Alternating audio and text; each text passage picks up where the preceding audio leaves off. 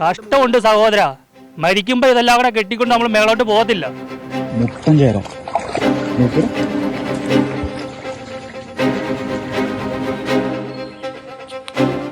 ഈ രണ്ട് കൊച്ചു പിള്ളേരെ ഈ കാട്ടിക്കൂടെ നടത്താൻ നിങ്ങളൊരു അമ്മയല്ലേ ചേച്ചി? ഡെപ്യൂട്ടി കളക്ടറെ നിങ്ങൾ തടഞ്ഞു എന്ന് അറിഞ്ഞിട്ടാണ് ഞങ്ങൾ വന്നത്. എന്തിനാണ് ഇങ്ങനെ നിങ്ങൾ ഇങ്ങനെ വാശി പിടിക്കുന്നത്? മരിച്ചു പോകുമ്പോൾ ഇതെല്ലാം കൊണ്ട് പോവോ? നിങ്ങൾ രണ്ട് അഡ്വക്കേറ്റുമാരല്ലേ ഈ വീട്ടിൽ താമസിക്കുന്നത്. നിങ്ങൾ എങ്ങനെയാണ് മറ്റുള്ള സാധാരണക്കാർക്ക് നിങ്ങൾ എന്തെങ്കിലും സഹായം ചെയ്തു കൊടുക്കുന്നത്? ഇവർക്ക് വർഷങ്ങളായിട്ട് ഇതിലെ വഴിയുണ്ടായിരുന്നാണ്. നിസ്സഹായരായിട്ട് നിൽക്കുക. അധികാരികളെല്ലാം അവരുടെ ഒപ്പമാണ്.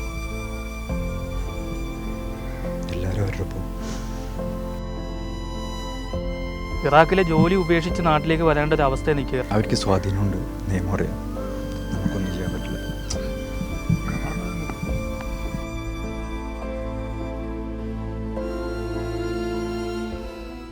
നമസ്കാരം. എറണാകുളം ജില്ലയിലെ ചേരാനല്ലൂർ ഗ്രാമപഞ്ചായത്തിലെ വാർഡ് 6 താമസിക്കുന്ന ആന്റണിയുടെ വീട്ടിലേക്ക് വഴിയില്ലാത്തതിനെപ്പറ്റി അന്വേഷിക്കാനെത്തിയ ഡെപ്യൂട്ടി കളക്ടറുടെ തടഞ്ഞിരിക്കുകയാണ്. ആ ദൃശ്യങ്ങളാണ് പ്രേക്ഷകർ ഇപ്പോൾ കണ്ടുകൊണ്ടിരിക്കുന്നത്. നമ്മളൊരു പ്രോപ്പർട്ടി നിങ്ങൾ പറയുന്നത് ട്രസ്പാസ് ചെയ്യാൻ പാടില്ലെന്ന് പറഞ്ഞു. All the properties are government properties. മനസ്സിലാകുന്നുണ്ട്. You are paying tax. ഇതിൻ്റെ ഓണേഴ്സ് ഗവൺമെന്റ് ആണ്, അത് റവന്യൂ ഡിപ്പാർട്ട്മെന്റ് ആണ്. അപ്പൊ നമുക്കൊരു പ്രോപ്പർട്ടി പ്രവേശിക്കുന്നതിന് ആരുടെ അനുമതി?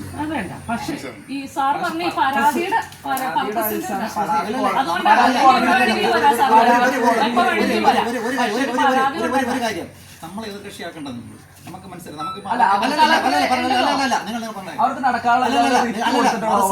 മറുവശം നിങ്ങളൊരു പരാതി കിട്ടിയാലും നമ്മൾ ഇതുപോലെ വരും. മനസ്സിലായി. അതൊരു വിഷയമുള്ള കാര്യമല്ല. അതെന്ന് വെച്ചാൽ ഒരു ഫാക്ട് ഫൈൻഡിങ്ങിന് വേണ്ടി വരാണ്. ഇത് വെച്ചോണ്ട് നിങ്ങളുടെ നിയമവശമോ ലീഗലായിട്ടുള്ള നിങ്ങളുടെ സിവിൽ റൈറ്റിനെ ഒന്നും നമുക്ക് ഇൻഫ്രിഞ്ച് ചെയ്യാൻ നമുക്ക് പറ്റില്ല. ആ നിയമപരമായ രീതിയിൽ ചെയ്യാൻ പറ്റും. പിന്നെ പുറമ്പോക്കാണെങ്കിൽ പഞ്ചായത്തിനും റവന്യൂ ഡിപ്പാർട്ട്മെന്റിനും അതിൻ്റെതായ സേ ഉണ്ട്. പിന്നെ ഇത് സംബന്ധിച്ച് റീസർവേ കഴിഞ്ഞിട്ടുള്ള വില്ലേജാണ്. ഇവിടുത്തെ റീസർവേ കൃത്യമായിട്ട് റീഫിക്സ് ചെയ്ത് കഴിഞ്ഞാൽ ഏതാണെന്ന്. അപ്പോൾ നിങ്ങൾ ആ സ്റ്റെപ്പിൽ നിങ്ങൾ പോകുന്നുണ്ട്. റീഫിക്സ് അളവിന്റെ കേസ് എന്താണ്? റീഫിക്സ് ചെയ്യണം. പുറമ്പോക്ക് സുപ്രീം കോടതിയിൽ നിന്നോ ഹൈക്കോടതിയിൽ നിന്നോ ചെയ്യേണ്ടത്. അതായത് ഈ ഓടയുടെ സൈഡിൽ കൂടി പോലും അങ്ങോട്ടേക്ക് പോകാൻ കഴിയില്ല എന്ന രീതിയിലാണ്. അതിന് കോടതിയുടെ ഉത്തരവ് കിട്ടിയെങ്കിൽ മാത്രമേ അകത്തേക്ക് വിടുമെന്നാണ് ആ സ്ഥല ഉടമകൾ പറയുന്നത്. അതിനെ തുടർന്ന് അവസാനം ഡെപ്യൂട്ടി കളക്ടർ ഇവിടെ നിന്ന് തിരികെ പോകേണ്ടി വന്നു. കൂടാതെ ഡെപ്യൂട്ടി കളക്ടർ വില്ലേജ് ഓഫീസർക്ക് ഒരു നിർദ്ദേശവും നൽകിയിട്ടുണ്ട്. ഈ തോടിൻ്റെ ഈ വിസ്തീർണം എത്രയാണ് എന്ന് അളന്ന് കറക്റ്റായിട്ട് രേഖപ്പെടുത്തി അത് എത്രയും പെട്ടെന്ന് റിപ്പോർട്ട് കൊടുക്കണമെന്ന് പറഞ്ഞിട്ടുണ്ട്. എന്തായാലും ആന്റണി നമ്മോടൊപ്പം ചേരുന്നുണ്ട്. എന്താണ് ആന്റണിയുടെ പ്രശ്നമെന്ന് നമുക്ക് ചോദിക്കാം. ഒരു കോടതി വിധി വന്നിട്ടുണ്ട്. അപ്പോൾ ഇതിൽ നമുക്ക് നടക്കാൻ പറ്റില്ല. എനിക്ക് ചെറിയ പിള്ളേരുള്ളതാണ്. ഇവർക്ക് സ്കൂളിൽ പോകണം. എത്ര വർഷമായിട്ട് നിങ്ങളിവിടെ താമസിക്കുന്നുണ്ട്? ഞാൻ ജനിച്ചാൽ തുടങ്ങി ഒരു 50 വർഷത്തിന് മേലെയായിട്ട് ഇവിടെ താമസിക്കുന്നതാണ്. അപ്പോൾ ഔപചാരികമായിട്ട് കോടതി വിധി വന്നേക്കുന്നത് നമുക്ക് അപ്പുറത്തെ സൈഡിൽ ഒരു 8 ലിങ്സും പിന്നെ ഇതിൽ പുറമ്പോക്കും എന്നാണ് കോടതി വിധിയിൽ കിടക്കുന്നത്. അപ്പോൾ പുറമ്പോക്ക് എന്തോരം ഉണ്ട്, എങ്ങനെയുണ്ടെന്നുള്ളത് ഇതുവരെ ഒന്നും തീരുമാനമായിട്ടില്ല. തോടിൻ്റെ സൈഡിൽ കൂടിയാണ് ഞങ്ങൾ ഈ നടന്നു പോകുന്നത്. അപ്പോൾ ഇപ്പോൾ മഴക്കാലമാണ്. 2 ദിവസം മുമ്പ് പാമ്പിനെയൊക്കെ ഉണ്ടായിരുന്നു. അപ്പോൾ ഇപ്പോൾ എന്തായാലും TV തുറന്നാൽ കാണുന്നത് പാമ്പ് കടിയേറ്റ് പിള്ളേർ മരിക്കണതാണ്. പിള്ളേരുടെ കാര്യത്തിൽ എനിക്ക് പേടിയുണ്ട്. ഇതിപ്പോൾ എന്താണ് ഈ തോടിൻ്റെ സൈഡിൽ കൂടെ നടക്കാൻ പറ്റത്തില്ലേ? ഇല്ല. അതെന്തുകൊണ്ടാണ്? തോടിൻ്റെ സൈഡിൽ കൂടി ഞങ്ങൾ നടന്നു പോകുന്നുണ്ട്. അവരുടെ കാര്യം എന്നാണ് അവർ പറഞ്ഞത്. അതിൽ നടക്കും. ഞങ്ങൾക്ക് മാത്രം വേറെ ആരെങ്കിലും അതുവഴി പോയാലോ? പോകാൻ പാടില്ല, തടയും. എന്താ അവർ പറയുന്നത്? അതിലായിരിക്കും നടക്കാൻ പാടില്ല. തോടിൻ്റെ സൈഡിൽ കൂടി ആയിരിക്കും അവകാശമില്ലെന്ന് പറഞ്ഞത്. അവരുടെ പ്രോപ്പർട്ടിയാണ്, വേറെ ആരുമില്ല. വേറെ ആയിരിക്കും ഇതിലേ പോകാൻ പാടില്ല. എൻ്റെ ഫാദറിനിലോ വന്നപ്പോഴും തടഞ്ഞതാണ്. ഇതിലെ വഴിയില്ല, നിങ്ങൾക്ക് വഴിയില്ലെന്നാണ് കോടതി വിധി എന്നാണ് അവർ പറയുന്നത്.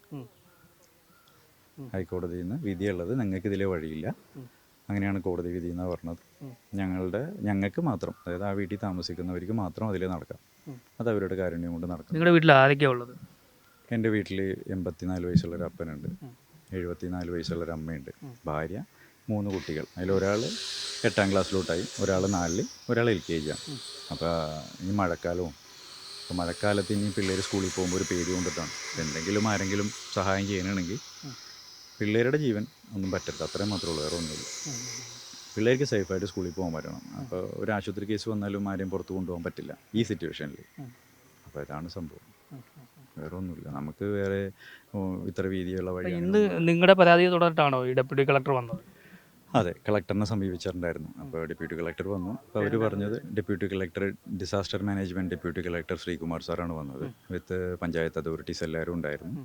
അപ്പോൾ പ്രോപ്പർട്ടി ഓണേഴ്സ് ബഹുമാനപ്പെട്ട ഇവർ പറയുന്നത്, എന്തെങ്കിലും അങ്ങനെ ഉണ്ടെങ്കിൽ നിങ്ങൾ നേരത്തെ ഓർഡർ വാങ്ങിയിട്ട് വേണം വരാൻ, ഞങ്ങളുടെ പ്രോപ്പർട്ടിയിൽ കയറാൻ പറ്റില്ല. ഡെപ്യൂട്ടി കളക്ടർക്ക് ഇതുവഴി പോകാൻ പോലും അനുവദിച്ചില്ല നിങ്ങളുടെ വീട്ടിലേക്ക്? ഇല്ല. വരണ്ട, അതിൽ പോകാൻ പറ്റില്ല എന്ന് പറഞ്ഞു. അവർക്ക് വഴിയില്ല എന്നാണ് കളക്ടറോട് പറഞ്ഞത്. അപ്പോൾ നമുക്കും അറിയില്ല എൻ്റെ സത്യം എങ്ങനെയാണെന്നുള്ളത്. നിലവിൽ ഞങ്ങളും നടക്കാൻ സമ്മതിക്കുന്നുണ്ട്, ഞങ്ങൾക്ക് നടന്നു പോവാം. പക്ഷെ വേറെ ആരെയും ഇതിൽ നടക്കാൻ സമ്മതിക്കില്ല. അതാണ് അവസ്ഥ. മോനെ, എങ്ങനെയാണ് നിങ്ങൾ ഇതുവഴി നടന്നു പോകുന്നത്? വെള്ളത്തിൽ കൂടി നടന്നു പോകാറുണ്ട്. കാലിൻ്റെ മുട്ടിൻ്റെ ഇത്രയൊക്കെ ഉണ്ടാവും. ചില സമയത്ത് പാമ്പിനെയൊക്കെ കാണും. അപ്പം പേടിച്ചാണ് പോണം. നടക്കാൻ പേടിയുണ്ടോ? ആ, എന്താ പറയാനുള്ളത് മോനെ? പിന്നെ പാമ്പിനെ കാണുമ്പോൾ നല്ല പേടിയുണ്ടാവും. ഇടയിൽ കൂടി ഈ എടയക്കുന്നം പുഴയുടെ കരയിലാണ് ആൻ്റണി താമസിക്കുന്നത്. നമുക്ക് ദൃശ്യങ്ങളിൽ കാണാം. ഇതാണ് ആ എടയക്കുന്നം പുഴ. ഇതിൻ്റെ സൈഡിൽ കൂടെയാണ് അവരുടെ വീട്ടിലേക്ക് നടന്നു പോകാനുള്ള വഴിയുള്ളത്. അല്പസമയം കഴിഞ്ഞാൽ വേലിയേറ്റം വരും. വേലിയേറ്റം വന്നു കഴിഞ്ഞാൽ അവിടെ വെള്ളം കയറും.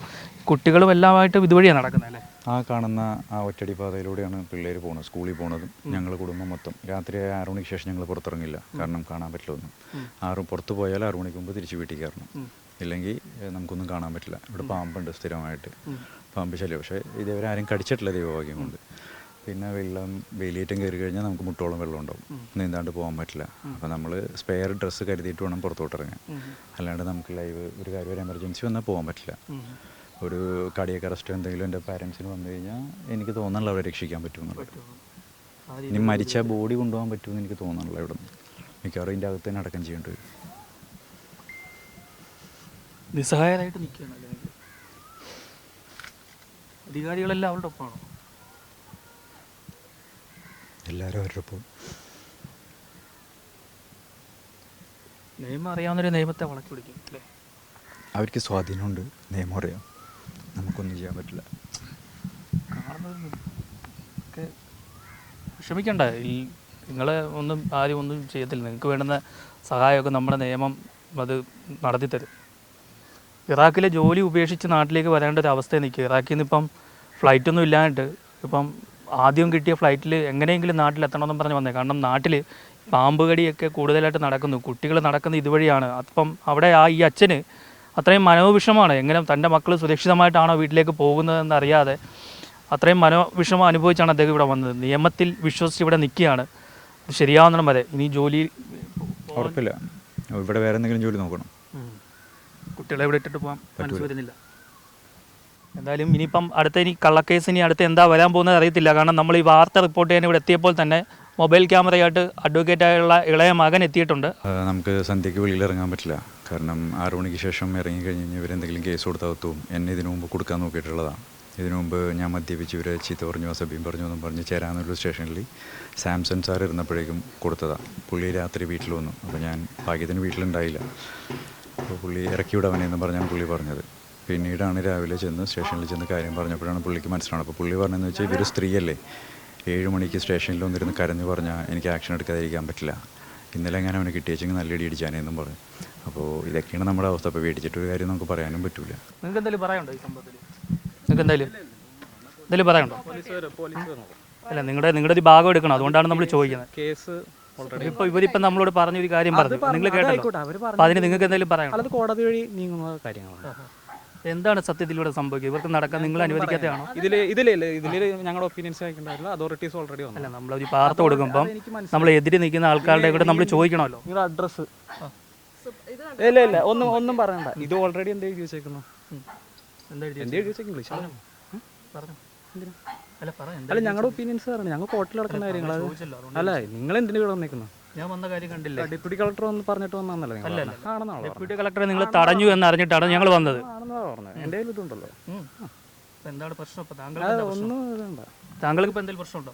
എന്ത് പ്രശ്നം? അല്ല, ഇപ്പൊ ചോദിച്ചല്ലോ, പറഞ്ഞല്ലോ. എന്താണ് പ്രശ്നം? നിങ്ങൾ എന്തിനാ ഞങ്ങളുടെ പ്രോപ്പർട്ടിയിലോട്ട് കയറാൻ? നിങ്ങളുടെ പ്രോപ്പർട്ടി എവിടെ കയറി? എപ്പോൾ കയറി? കയറാൻ നോക്കുന്നേ ഉള്ളൂ. എവിടെ കയറി?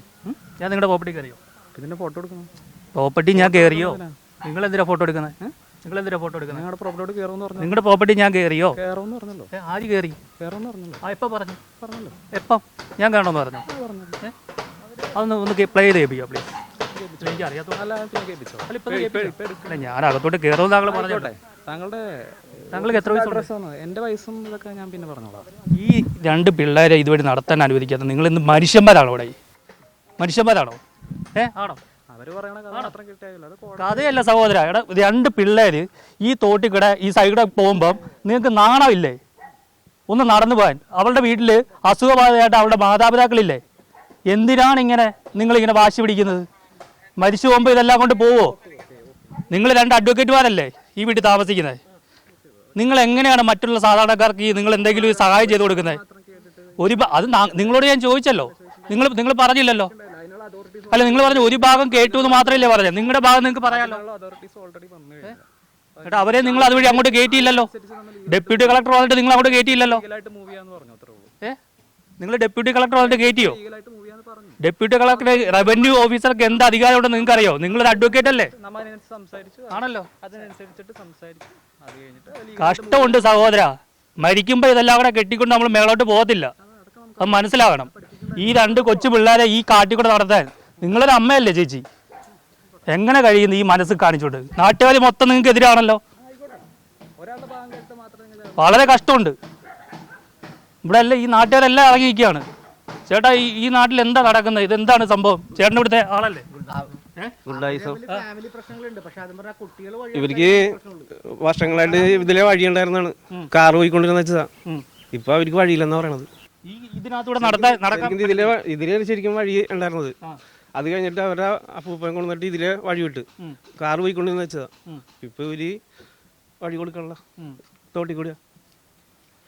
ഇത് കഴിഞ്ഞ ദിവസം വാട്സപ്പിലൂടെ ഗ്രൂപ്പിൽ വന്നിട്ട് പാമ്പ് ചെറിയ പെങ്കൊച്ച് പോയത് പാമ്പിന്റെ ഇതിൽ കൂടെ പോയത്. ഇതേ വാട്സാപ്പിൽ ഇന്നലത്തെ ഇത് വീഡിയോയിൽ കിടപ്പുണ്ട്.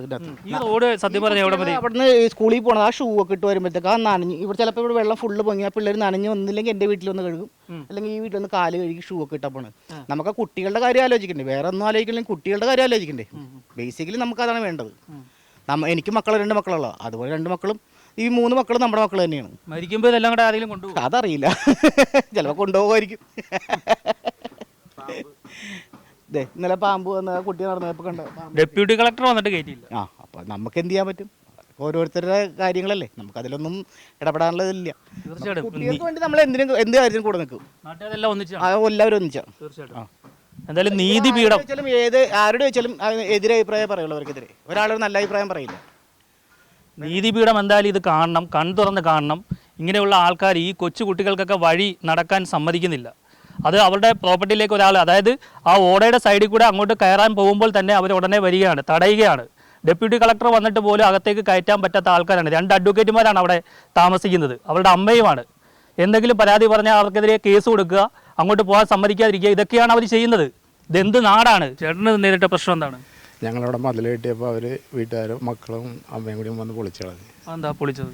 ഞങ്ങൾക്ക് വിവരാവകാശം വെച്ച് ഞാൻ പഞ്ചായത്തിന് അപേക്ഷ കൊടുത്ത് ഞങ്ങളുടെ അപ്പൻ മരിച്ചിട്ട് ഇപ്പോൾ 5 വർഷം കഴിഞ്ഞ്. അപ്പോൾ ഞങ്ങളുടെ അപ്പൻ പഞ്ചായത്തിന് വേണ്ടി വഴി വസ്തു എന്തെങ്കിലും വിട്ടുകൊടുത്തിട്ടുണ്ടെങ്കിൽ അതിൻ്റെ ഇത് വരാൻ വേണ്ടി റിപ്പോർട്ട് വരാൻ വേണ്ടി നമ്മൾ സമർപ്പിച്ചു. അപ്പോൾ എനിക്ക് പഞ്ചായത്തിൽ നിന്ന് തന്നത് ലഭ്യമല്ല, അതായത് നമ്മുടെ അപ്പൻ വസ്തു വിട്ടുകൊടുത്തിട്ടില്ല എന്നുള്ളതിന് ഇത് തന്നു. അതനുസരിച്ച് ഞങ്ങളവിടെ ഒരു മതിൽ കെട്ടി കഴിഞ്ഞ് പൂർത്തീകരിച്ച് കഴിഞ്ഞപ്പോഴേക്കും ഇവർ വന്നിട്ട് വിളിച്ചു കളഞ്ഞു.